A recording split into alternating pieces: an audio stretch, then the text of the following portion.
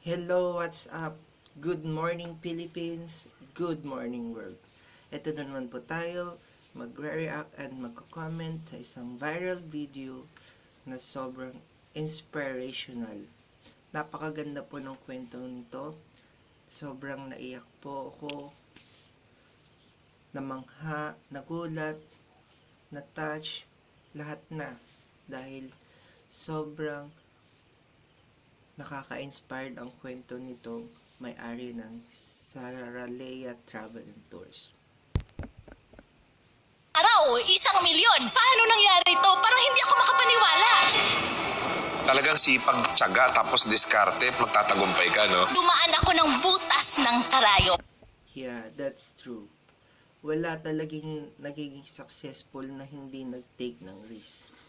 Talagang dapat daanan natin.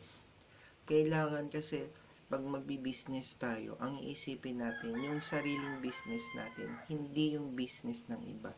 Kailangan mag-focus tayo kung ano yung ginagawa natin para makuha natin yung gusto natin makuha. Bago ko naabot yung buhay na meron ako ngayon.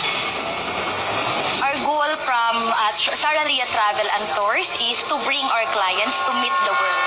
Kahit empleyado ako before, pinasok ko din yung online selling. Yung lunchtime ko ng... Yan. Totoo po yan. Yung online selling, nakakatulong yan kahit kanino. Kahit kami, nag-business kami ng online selling nung pandemic, sobrang malaking tulong po siya. Wala pong nakakahiya sa pagbebenta. Lahat naman po ngayon ng mga business lahat nagbebenta. Even yung mga SMDC, yung mga building na matataas, lahat yan, binibenta yan. So, ang nagpapayaman sa tao ngayon is pagbibenta. So, wala po talagang nakakahiya sa pagbibenta. 12 PM to 1 PM, nagpapadala ako ng mga sapatos, mga damit kasi mahilig ako magpo-post sa Facebook. Kukuha ako sa Divisoria, ipopost ko yan. Since working from home ako, bababa lang ako sa unit ko. Totoo yan. Kailangan maging madiskarte tayo. Gamitin natin lahat ng pwede nating gamitin. Katulad nitong mga platform na to. Ibinigay sa atin yan hindi lang para gawing pang-aliw. Para gamitin din natin para makatulong sa atin, sa buhay natin. Huwag natin pansinin kung ano yung sinasabi ng iba.